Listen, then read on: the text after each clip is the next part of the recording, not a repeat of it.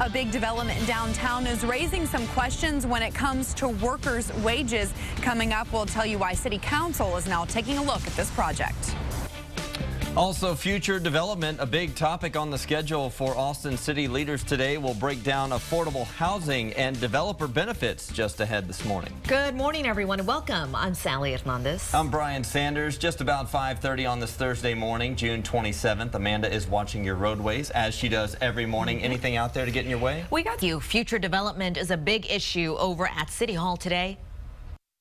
Please join me in asking our City Council to put $65 million to new affordable housing bonds on a November ballot so Austin can continue to be a healthy, happy, livable city for everyone. That is the message supporters for affordable housing will deliver at today's Austin City Council meeting. Could be a tough sell because it was just 7 months ago when voters rejected Proposition 15, calling for $78 million in bonds for affordable housing. Part of that plan included funding for transitional housing for the homeless. But the city will look into funding and supporting affordable housing. Today, they'll consider an item that would force developers who want to build towers that exceed height and area restrictions to include some affordable housing, or they could pay into an affordable housing fund. When Austin City Council meets today, they are going to consider revising some incentives for big developers in downtown Austin because an audit shows the developer of the JW Marriott Hotel is underpaying construction workers. That violates the agreement made with the city, and some workers are now on strike. KXAN's Angie Bevan is live downtown with more on what could happen today. Good morning, Angie. Good morning. Well, despite any... Austin also may get 24 new EMS medics starting in July. That will depend on the outcome of today's action from City Council members. If approved, Travis County will pay the city an additional $280,000 for providing the county with medical services. The city will use that money to hire the 24 medics. Another pre-trial hearing for the Fort Hood shooting suspect, Nadal Hassan. Today's development comes less than 2 weeks before the Army psychiatrist goes on trial. A military judge is expected to rule on whether to allow certain evidence to be presented at trial. Hassan faces the death penalty or life without parole if convicted in the rampage that left 13 dead and injured nearly 3 dozen. Is the quality of life for Hispanics or Latinos living in Austin significantly different from other groups? And if so, how can the city fix it? We are going to get those answers later today when the city reveals a report at today's council meeting. It is a project that was started 4 years ago.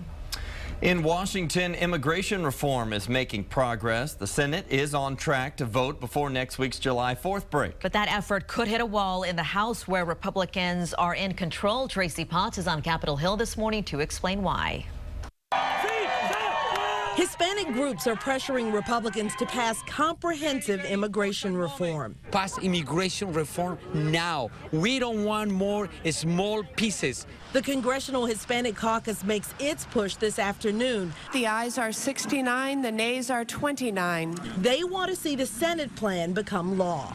That plan now includes doubling the number of officers and fencing at the border, plus more security like drones and full employer verification before any of the nation's 11 million illegal immigrants gets a green card. This is about making the underlying bill work. We all met in the middle because we believed in this bill.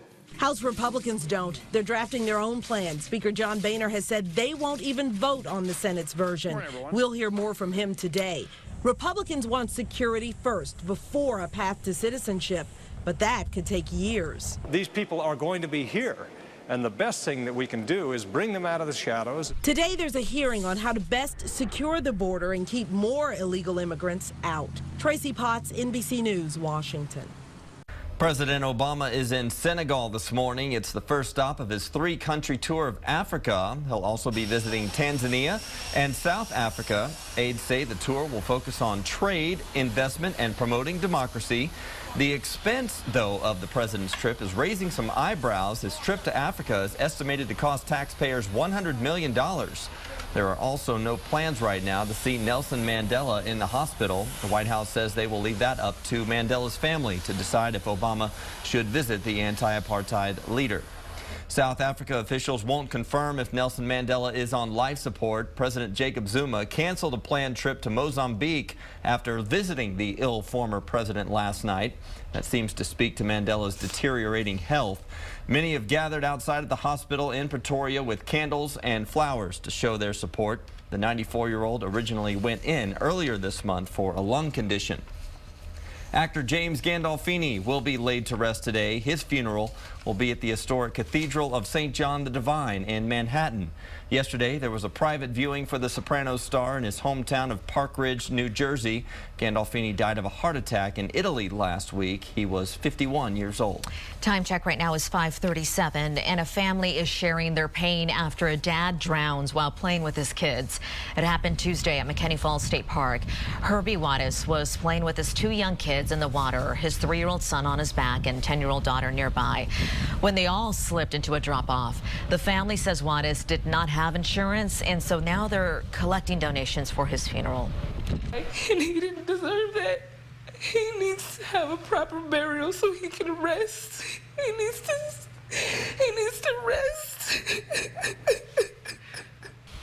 Emergency crews are now warning people, be careful around natural bodies of water like at McKinney Falls Parkway with drop-offs and slippery rocks out there. The kids are still in critical condition at Dell Children's Hospital.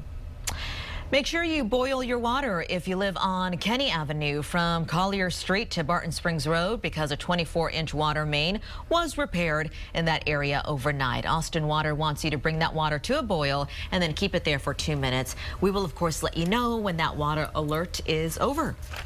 We continue to watch our lake levels. We need some water. We need some rain. We need some rain.